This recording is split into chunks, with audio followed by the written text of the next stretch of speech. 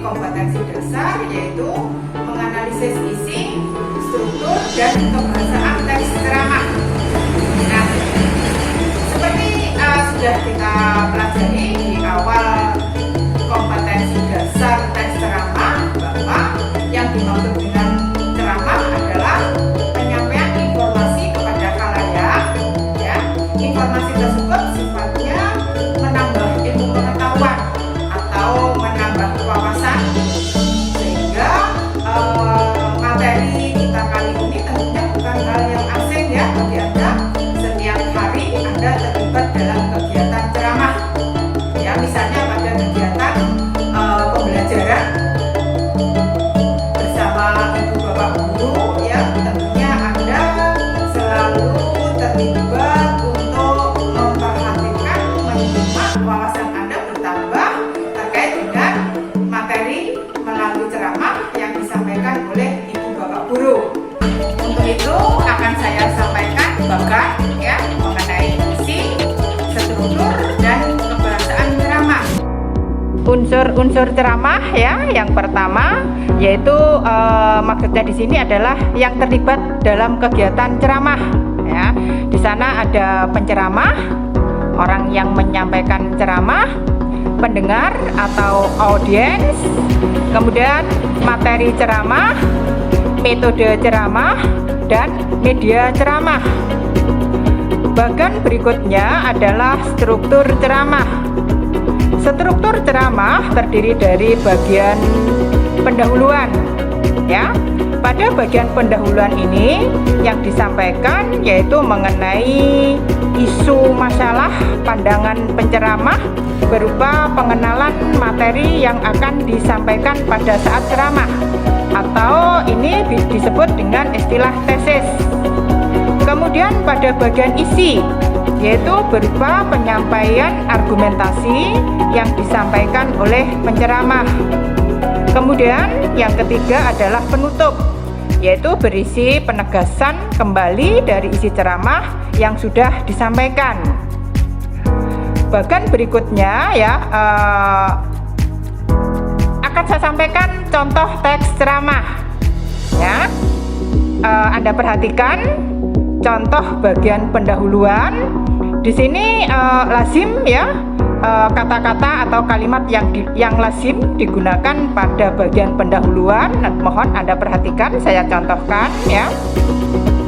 Assalamualaikum warahmatullahi wabarakatuh. Salam sejahtera bagi kita semua.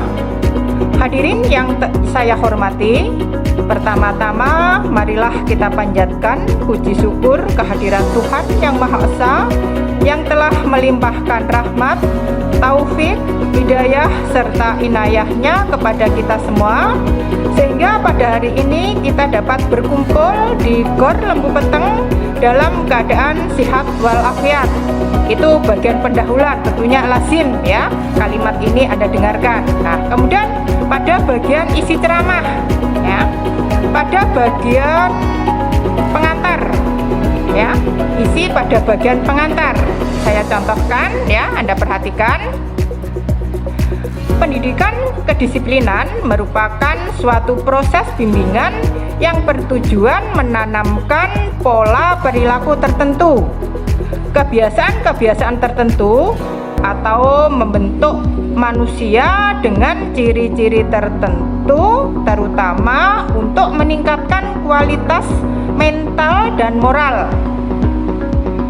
Di dalam keluarga, pendidikan kedisiplinan dapat diartikan sebagai metode bimbingan orang tua agar anaknya mematuhi bimbingan tersebut. Kemudian pada bagian inti ya, atau pada bagian argumen di sini kalau Anda perhatikan ya, yang pertama argumen yang disampaikan pada bagian inti ya, saya contohkan seperti berikut. Setiap orang tua pasti berusaha untuk mengajarkan kedisiplinan kepada anak-anaknya dengan menanamkan perilaku yang dianggap baik dan menghindari perilaku yang dianggap tidak baik.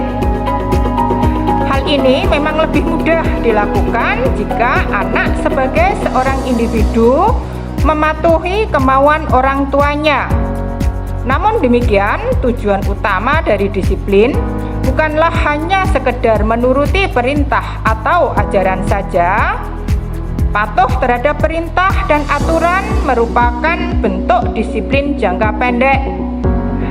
Berikutnya bagian argumen ya. Yang kedua ya. Sedangkan tujuan pendidikan kedisiplinan adalah agar setiap individu memiliki disiplin jangka panjang, yaitu disiplin yang tidak hanya didasarkan pada kepatuhan terhadap aturan atau otoritas semata, tetapi lebih kepada pengembangan kemampuan untuk mendisiplinkan diri sendiri sebagai salah satu ciri kedewasaan individu. Kemampuan untuk mendisiplinkan diri sendiri terwujud dalam bentuk pengakuan terhadap hak dan keinginan orang lain dan mau mengambil bagian dalam memikul tanggung jawab sosial secara manusiawi. Hal inilah yang sesungguhnya menjadi hakikat dari disiplin. Kemudian bagian penutup sebuah ceramah ya.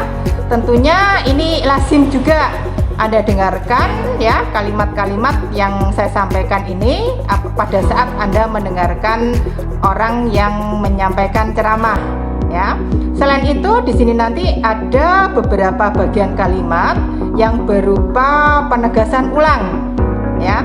Untuk itu Anda perhatikan contoh bagian penutup sebuah teks ceramah. Demikian ceramah singkat tentang kedisiplinan yang bisa saya sampaikan pada kesempatan saat ini. Semoga kita bisa selalu disiplin dalam segala hal sehingga kita menjadi manusia yang lebih baik dan bermanfaat. Terima kasih. Wassalamualaikum warahmatullahi wabarakatuh. Anda perhatikan bagian berikutnya adalah kaidah kebahasaan teks ceramah ya, antara lain pemakaian kata ganti ya. Biasanya di sini menggunakan kata ganti orang pertama tunggal dan kata ganti orang kedua jamak. Berikutnya adalah pemakaian kata kerja mental, yaitu kata kerja yang menerangkan respon atau sikap seseorang terhadap suatu tindakan.